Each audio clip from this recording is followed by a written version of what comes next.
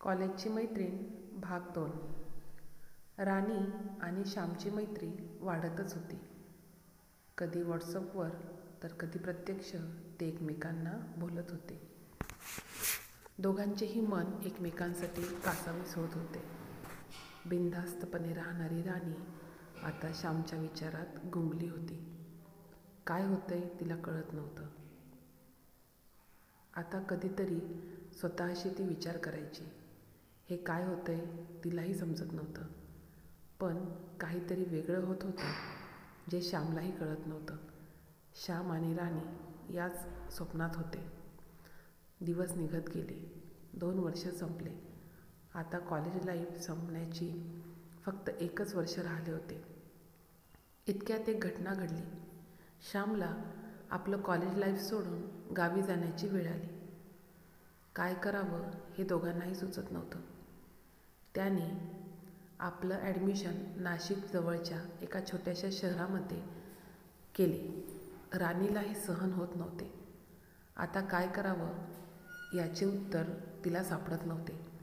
तिने मनाला खूप समजवायचा प्रयत्न केला, पण मन काही समजतच नव्हतं. पण श्यामची परिस्थिती अशी होती की त्याला येथून जाणे भागच पडले. आता त्यांच्या मैत्रीला वेगळं वळण लागलं होतं. एकमेकांपासून दूर राहणे त्यांना अशक्य होते. सुरुवातीला नुसते मित्र असणारे राणी आणि श्याम आता एकमेकांसाठी व एकमेकांची चिंता करू लागले. एकमेकांची वाट बघू लागले. शेवटी आठवड्यातून एकदा एकमेकांना भेटायचे ठरले. रोज भेटण्यामध्ये जी मजा होती ती आता 8 दिवसावर आली. सतत एकमेकांची हालचाल विचारणारी राणी 8 दिवसातून एकमेकांना भेटणार होती. प्रत्येक रविवारी एकमेकांना भेटायचे असे त्यांनी ठरवले. पहिला रविवार आला.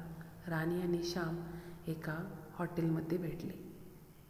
भेटल्यावर त्यांना काय बोलावं हे सुचेना. राणीला आपल्या भावना कंट्रोल होत नव्हत्या. श्यामलाही काय करावं सुचत नव्हतं. त्यांनी हळूच राणीचा हात हातात घेतला. तिला परत भेटण्याचा विश्वास दिला. पण राणीचं मन हे सर्व काही सहन करत नव्हतं. ते मान्यच करत नव्हतं की आता परत दूर जायचं आहे. दिवस कसाबसा पार पडला. संध्याकाळ झाली. श्यामला आपल्या घरी जाण्याची वेळ आली. पुन्हा 8 दिवस हा वनवास बघायचा होता. राणी नको बोलत होती, पण श्यामचाही नाईलाज होता. त्याचा पाय जड पावलाने आपल्या घराकडे निघाला आणि त्याला घरची गाडी पकडावी लागली. पण घरी गेल्याशिवाय पर्याय नव्हता.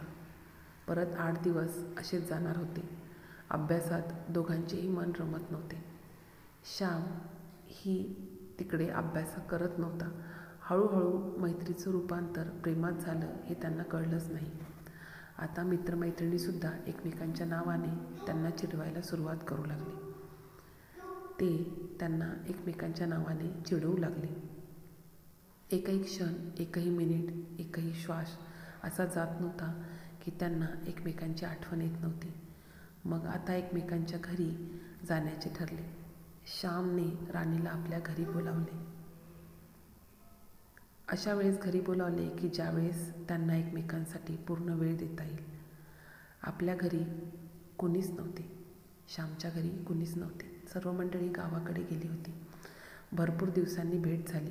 राणी आणि श्याम यांच्या भावना अनावर झाल्या. त्यांनी एकमेकांना भरपूर भेट दिली.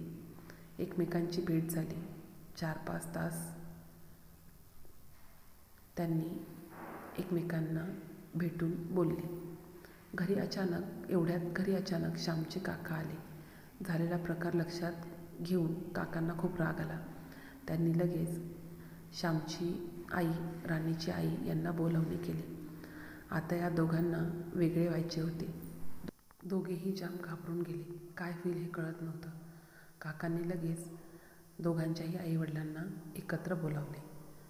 आईवडीलही समजदार होते. दोघांनी एकमेकांना समजून घेतले आणि श्याम आणि राम यांची लग्नाची तारीख ठरवली. ठरलेल्या तारखेप्रमाणे त्यांचे लग्न झाले व आता दोघेही सुखाने संसार करू लागले.